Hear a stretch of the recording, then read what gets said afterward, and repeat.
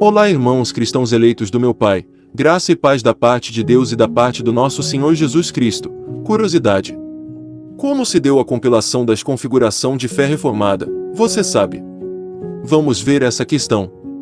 A maioria das confissões das igrejas reformadas e luteranas foi composta por autores individuais, ou por um pequeno grupo de teólogos a quem coube a tarefa de delinear um padrão de doutrina. E assim, Lutero e Melanchthon foram os principais autores da Confissão Augsburg, o padrão de fé e laço comum de união das igrejas luteranas. A segunda confissão helvética foi composta por Bullinger, a quem a obra foi confiada por um grupo de teólogos suíços, e o celebrado Catecismo Heidelberg foi composto por Ursino e Oleviano, os quais foram designados para isso por Frederico III, príncipe coroado do Palatinado. A antiga confissão escocesa, que foi o padrão da Igreja Presbiteriana da Escócia por quase um século antes da adoção da Confissão Westminster, foi composta por um comitê de 6 teólogos, sob cuja liderança estava John Knox, designado pelo Parlamento escocês.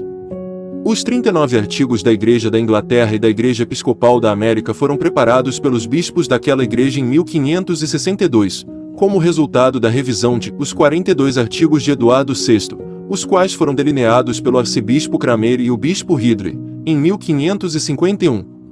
Os cânones do Sínodo de Dort, de grande autoridade entre todas as igrejas reformadas, e o padrão da Igreja da Holanda, foram, de um lado, delineados por um grande sínodo internacional reunido em Dort pelos Estados Gerais dos Países Baixos, e composto de representantes de todas as igrejas reformadas, com exceção da França.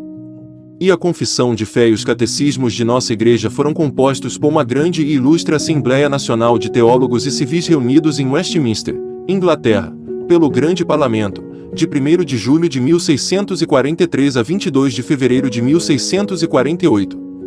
Um relato bastante breve da mesma é o propósito deste capítulo. A reforma na Escócia havia recebido seu primeiro impulso desde a volta do ilustre Patrick Hamilton, em 1527, do continente, onde desfrutara das instruções de Lutero e Melanchthon. Ela não foi em qualquer grau uma revolução política, nem se originou das classes governantes. Foi puramente uma revolução religiosa, operada entre as massas populares e a corporação da própria Igreja, sob a direção, em diferentes tempos, de diversos líderes eminentíssimos, dos quais os principais foram John Knox e Andrew Melville. A Igreja da Escócia arquitetou sua Confissão de Fé e seu primeiro livro de disciplina, e em sua primeira Assembleia Geral elaborou seu próprio governo, 7 anos antes de receber a sanção da legislatura. Sua primeira Assembleia Geral foi reunida em 1560, quando o primeiro ato do Parlamento, reconhecendo-a como Igreja Nacional, se deu em 1567. Ela continuou a manter num grau equilibrado sua independência da ordem civil e sua integridade como uma igreja presbiteriana até depois que o rei Tiago assumiu o trono da Inglaterra. Após isso, através da influência inglesa e o crescente poder do trono, a independência da Igreja da Escócia foi a miúde temporariamente destruída. Em resistência a essa invasão de suas liberdades religiosas, os amigos da liberdade e da religião reformada entre a nobreza, o clero e o povo escocês subscreveram um sempre memorável Pacto Nacional, em Edimburgo, em 28 de fevereiro de 1638, bem como a Liga e Pacto Solenes entre os reinos da Inglaterra e Escócia, em 1643. Esta Liga e Pacto Solenes, subscrita pela Assembleia Geral Escocesa, o Parlamento Inglês e a Assembleia de Westminster, obrigou os Reinos Unidos a promoverem a preservação da religião reformada na Igreja da Escócia, em doutrina, culto, disciplina e governo, bem como a reforma da religião nos reinos da Inglaterra e Irlanda, segundo a palavra de Deus e o exemplo das melhores igrejas reformadas.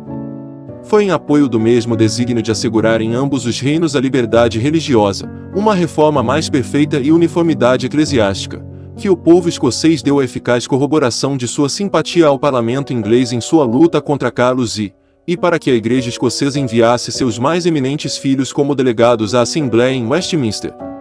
Amém. Não se esqueça de inscrever-se no canal, ative o sininho, compartilhe em suas redes sociais, deixe aquele like abençoado. Amém.